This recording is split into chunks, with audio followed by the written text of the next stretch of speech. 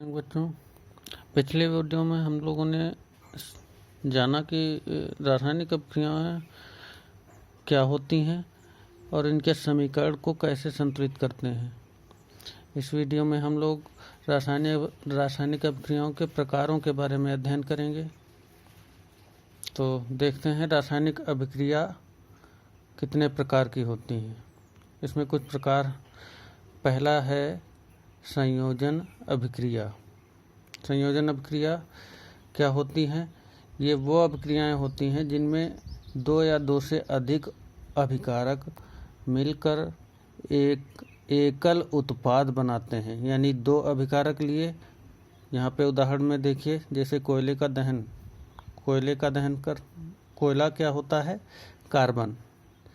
Carbon को दहन का अर्थ होता है ऑक्सीजन से क्रिया होना। तो कार्बन को ऑक्सीजन से क्रिया कराते हैं, यानी कोयले का दहन होता है। तो दो अभिकारक हैं हमारे पास, एक कोयला है और दूसरा ऑक्सीजन। दोनों मिलकर एक एकल उत्पाद, केवल एक उत्पाद बना रहे हैं।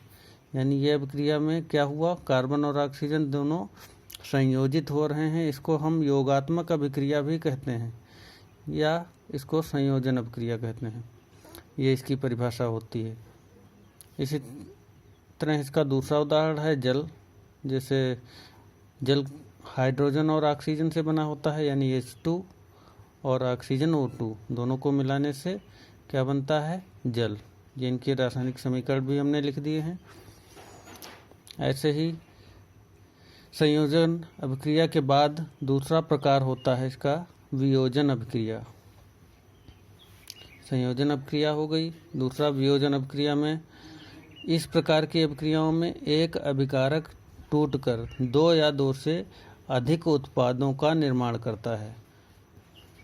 यानी इस तरह में क्या होता है, एक कोई अभिकारक है, एक ही अभिकारक है, ये टूट जाएगा। हो सकता है ये दो नए पदार्थ बना दे या दो से अधिक नए पदार्थ बना दे। यह अभिक्रिया क्या होती है? वियोजन अभिक्रिया कहलाती है। इसमें इसके अलग अलग प्रकार होते हैं, 3 प्रकार की होती है। पहला इसका प्रकार है ऊष्मीय वियोजन अभिक्रिया। ऊष्मीय वियोजन अभिक्रिया, जैसा कि नाम में स्पष्ट है कि ऊष्मा इसमें महत्वपूर्ण भूमिका निभाती है। इसमें जब अभिकारक को गर्म करते हैं, यानी ऊष्मा देते हैं, अभिकारक को गर्म करने पर वह दो या दो से अधिक उत्पाद बनाए, यानी दो भागों में टूट जाए, दो उत्पादों में टूट जाए, तो ऐसी अभिक्रिया को क्या कहेंगे? ऊष्मीय वियोजन अभिक्रिया। इसका उदाहरण देखते हैं। इसका उदाहरण है CaCO3, calcium carbonate. Calcium carbonate ऊष्मा देने पर कैल्शियम ऑक्साइड और कार्बन डाइऑक्साइड में टूट जाता है। इसी तरह से अगर विद्युत धारा प्रवाहित की जाए तो इसको विद्युत वियोजन अभिक्रिया कहेंगे। वैद्युत वियोजन अभिक्रिया, जब विद्युत धारा प्रवाहित, जैसे ऊष्मा दिया था तब दो उत्पाद बने थे, तो क्या था? ऊष्मीय वियोजन अभिक्रिया। ऐसे ही दूसरा टाइप इसका है वियोजन अभिक्रिया का, दूसरा टाइप क्या है? वैद्युत वियोजन अभिक्रिया। इसमें विद्युत धारा प्रवाहित की जाती है किसी पदार्थ में, जैसे कि जल में, यहाँ पे उदाहरण देख सकते हैं, और वो पदार्थ दो अन्य उत्पादों में टूट जाता है। जल अकेला था, यहाँ पे जैसे ही इसमें धारा प्रवाहित करेंगे तो ये टूटकर हाइड्रोजन और ऑक्सीजन उत्पन्न कर देगा। इस प्रकार ये वैद्युत वियोजन अभिक्रिया संपन्न हो जाती है। इसी तरह इसका तीसरा प्रकार है प्रकाशीय वियोजन अभिक्रिया। प्रकाशीय वियोजन अभिक्रिया की परिभाषा कैसे दे सकते हैं कि इसमें प्रकाश की भूमिका होती है। सूर्य के प्रकाश या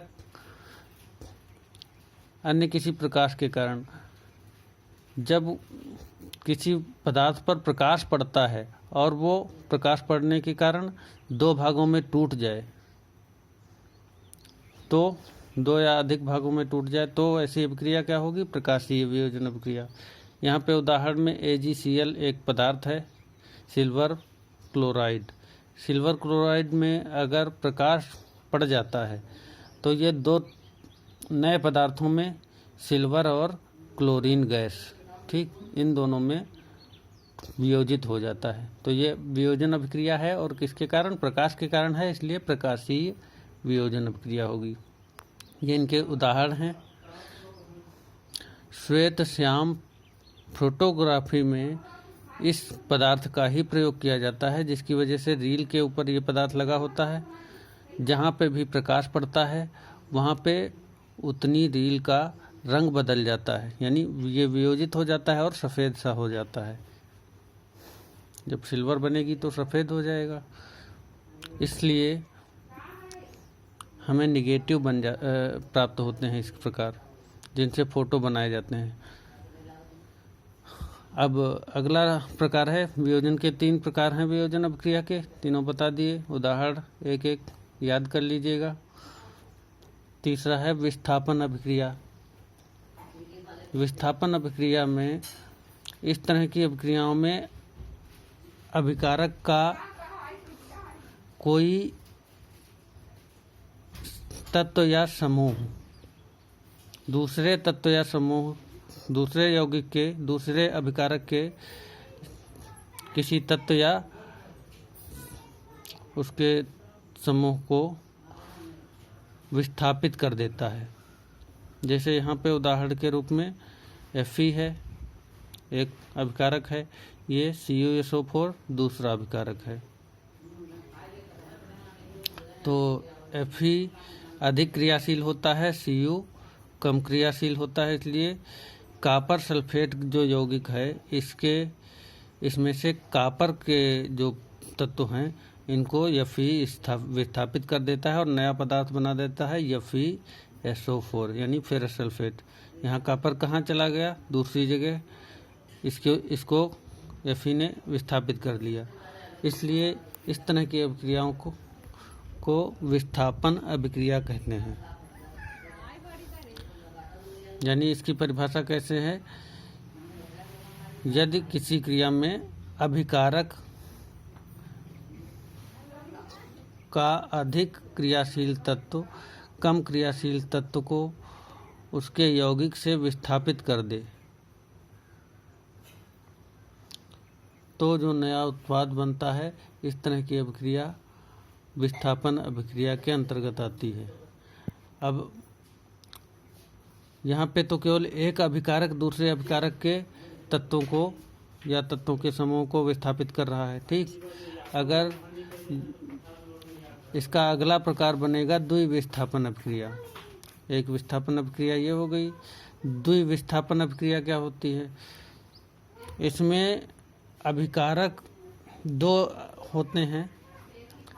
इसमें नए उत्पादों को बनाने में दोनों अभिकारक परस्पर एक दूसरे के कुछ तत्वों या परमाणु समूहों को आपस में आदान प्रदान कर लेते हैं, यानी दोनों एक दूसरे के तत्वों को विस्थापित कर देते हैं।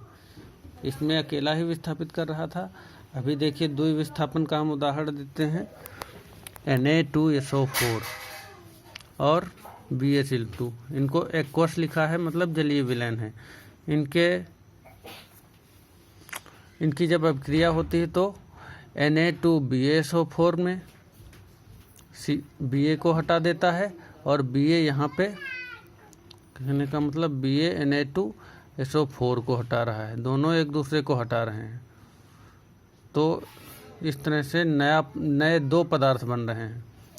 और ये एक बन रहा है BaSO4 जो Na2 के हटने के कारण बना, और दूसरा बन रहा है NaCl जो Ba के Na2 द्वारा हटने पर बना है।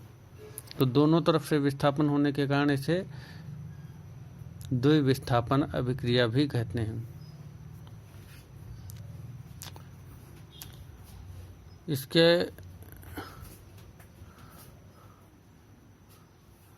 आज के वीडियो में बस इतना ही रखते हैं, फिर ज़्यादा लंबा वीडियो हो जाएगा, इसलिए ये इतना उदाहरण याद कीजिए। धन्यवाद।